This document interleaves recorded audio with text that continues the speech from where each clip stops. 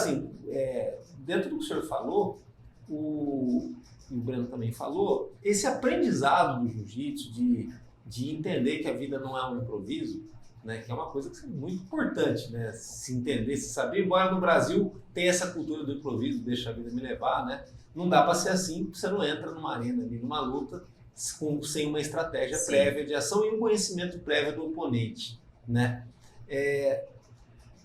O senhor acha que talvez a maior lição que passe para o grupo de pessoas que está ali, seja atletas como o Breno ou aquele cara do praticante que gostou do esporte, seja a diferença entre o treinamento e um momento chave, como é uma luta?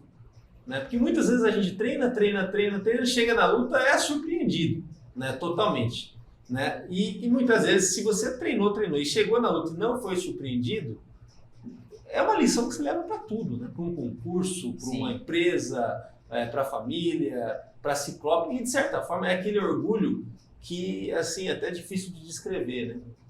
Poucas vezes na vida a gente tem isso, né? O jiu-jitsu, ele não é só treino, é que nem o Breno fala, ele é cabeça, né? Você tem que estar mentalmente preparado também. Então não adianta você ter força, ter fôlego, ter gás, se treinar todo dia lá 200 vezes, se a sua cabeça é fraca. Então, a cabeça, o cara está concentrado, está preparado mentalmente. É o principal. É um dos principais fatores. O senhor tem entendido isso também de uma maneira muito breve? Te ajudou a se manter no esporte, apesar de ter começado tarde?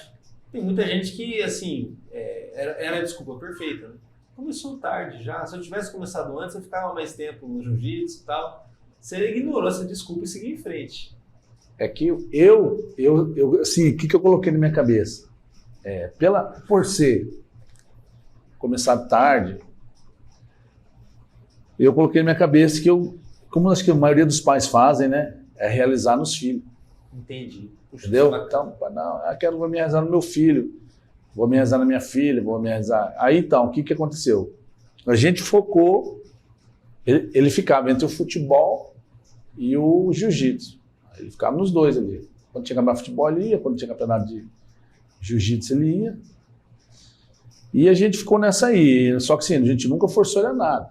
Não vai futebol, bora futebol. Vamos, vai jogar? Vamos lá. Ele ia, levava, ia assistir ele. Jiu-jitsu eu ia, eu lutava também. Aí assim, a gente nunca forçou, não, você tem que ser isso, você tem que ser aquilo. A gente sempre deixou ele escolher.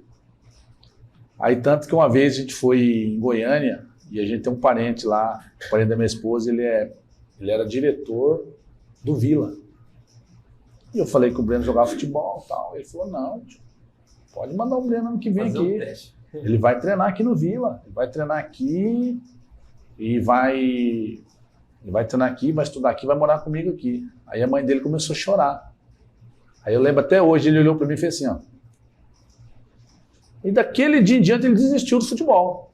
Não sei se ele viu que a mãe dele chorou, não sei. Ele parou com o futebol. E ele começou a focar no jiu-jitsu. Ele começou a focar no jiu-jitsu, focar. E assim, mas nunca forçamos ele a nada. Né? A mãe dele não queria que... Ainda eu falo para ela, ó, você não queria que seu filho ficasse a 800 quilômetros daqui a Goiânia é 800 e alguma coisa? Hoje ele está a 8.000 quilômetros. Então, ficou mais longe ainda, né?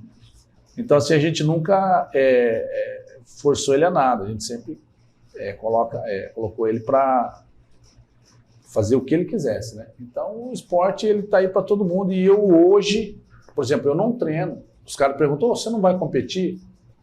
Não tem como eu competir. Porque por exemplo, eu estava à noite no hospital, saí 6h30 do hospital, fui para o presídio. Saí agora do presídio, aí eu vou malhar, aí vou 5 horas da aula. Então não tem como eu treinar. Então eu optei, ou eu treino, ou meus alunos treinam. E eu optei por me realizar também nos meus alunos. Então eu tenho aluno para fora, eu tenho aluno ali que são acima da média. Então eu me realizo neles. Então assim, desde o ponto quando eu comecei, eu já sabia que eu não vou virar nada.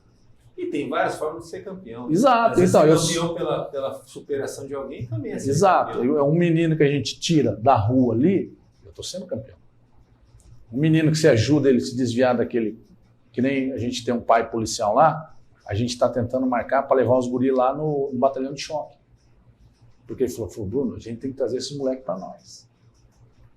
A gente tem que trazer para o lado do bem. E eu falo para eles, vocês nunca têm que pensar que o mal vai vencer o bem. Sempre o bem vai vencer. Então a gente vai marcar, não sei se vai ser sábado ou no outro, para levar eles lá para conhecer o batalhão de choque, conhecer o lado policial. E eles sempre colocam isso aí para nós fazer, isso aí com eles. Então é o que a gente quer. Então, cada menino que eu tiro da rua, cada menino que eu mudo a vida dele, eu estou sendo campeão. Melhor que medalha de ouro, na minha opinião. Melhor que se eu tivesse sendo competitivo. Aonde meu filho está hoje? Hoje ele é exemplo para a grande maioria aqui. Ele, a minha filha, que também está lá no Canadá, e semana que vem ou na outra semana ela está chegando para lutar o brasileiro.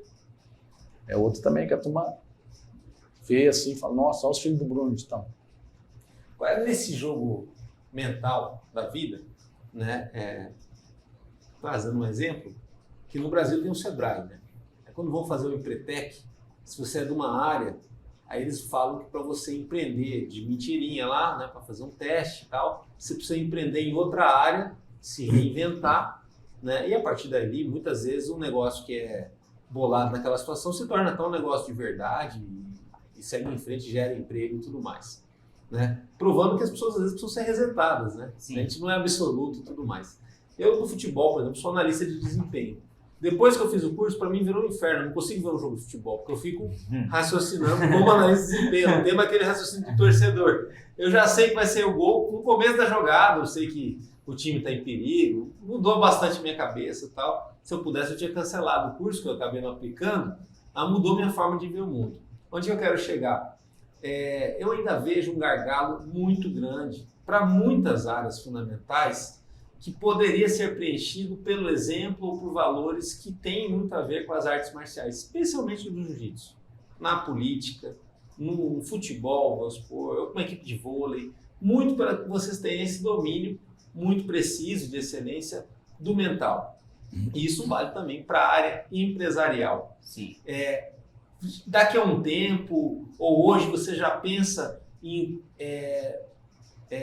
trabalhar também esse outro lado, dessa outra habilidade que o esporte foi te dando, de palestra, de talvez envolver treinamentos para as empresas, o treinamento sem kimono, né? Que também é super importante, porque eu percebo que é do ser humano, é inato dele a luta, a sobrevivência, a defesa e tudo mais. A questão é o problema da gente estar desvirtuando isso de uma forma banal, né? A luta pela luta, ou como é hoje, esse efeito até Big Brother, né? As pessoas, elas entram em conflitos e se associam em conflitos e tudo mais, só que não tem 1 milhão em jogo, né? E aí fica complicado depois, às vezes, para quem tem que segurar isso. Isso às vezes numa família que vai estar dividida, às vezes numa empresa que vai estar dividida, que não vai prosperar, ou às vezes até num time de alguma coisa. Eu imagino que no caso de vocês ali, em camadas diferentes, em níveis diferentes, ali você tem um time e uma visão de time também entre as pessoas, né? Que é no mínimo de cooperação, né?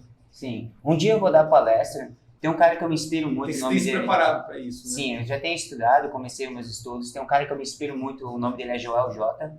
E ele era um nadador profissional, sabe quem é? Ele era um nadador profissional, sim. E hoje ele dá palestra, hoje ele fala de mindset, ele fala de cabeça, e eu acho que os dois mundos é muito ligado.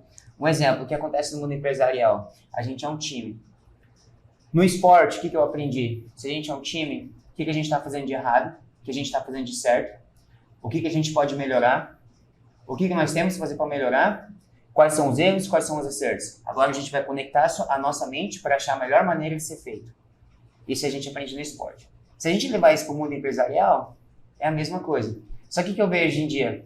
Você quer estar certo? Ele quer estar certo? E eu quero que tá certo. Então as pessoas, elas não estão procurando pela melhor maneira de se fazer. Elas querem falar do jeito delas e nem sempre é do meu jeito. Se faz sentido, faz sentido. Se eu estou conversando com você, eu estou procurando a melhor maneira de ser feito. Se o seu jeito é o melhor jeito de se fazer, não o meu, eu vou com o seu. Então, eu acho que a luta, o esporte e a área empresarial, se você pegar as coisas que você aprende na arte marcial, você vai levar para os negócios e você vai estar bem.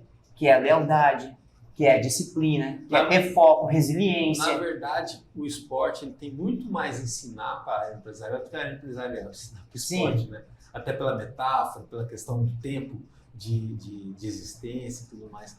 Agora, dentre essas questões que você falou muito bem, né, dessa convergência que pode ter, a principal, talvez, é do não desistir, né? Sim. Que acho que esse é o grande troféu lá que vocês passam por dia para os alunos, né? Esse daí eu acho que talvez seja a luta mais difícil que a gente trava todos os dias, né? Quando o aluno chega para treinar comigo, que ele vai começar a aprender, eu falo para ele assim, ó, eu não quero ouvir essa palavra, eu não consigo. Se você falar essa palavra para mim, eu já abandono você. Eu quero que você fale assim, eu vou tentar. Mas e quando o cara tá triste? E quando o cara tá mal? Tem essa também. O cara vai chegar para treinar lá um caco, a vida dele tá um lixo, tá complicado, mas ali tem que dar certo. Então, aí ele não vai fazer isso no primeiro... Eu estou falando pro senhor no exemplo, que o senhor também só lida com bronca, né? No hospital você tem o cara que tá desenganado, no presídio você tem o cara que também curva de rio, tá complicado, e mesmo assim, em alguma forma, naquela sementinha, naquele milagre, tá conservada a esperança e o acreditar, né? Então, ou seja, o senhor é um cara com autoridade para poder falar assim, ó, não vem com essa conversa, não vai dar certo. Então, aí o que você fala? Você fala isso para ele não vai aprender num dia. Ele não vai conseguir fazer um rolamento num dia. Ele está ali para aprender, ele vai levar uns dias. Mas ele nem viu, ele nem tentou, ele vai falar, eu não consigo. Verdade. Se ele nem tentou, eu quero que você fale para mim, eu vou tentar. A hora que você falou, vou tentar, aí nós vamos até você conseguir. Agora você faz isso, eu não consigo. Aí você me desanima. Aí eu já abandono. Aí eu falo, não, pelo amor de Deus, aí não.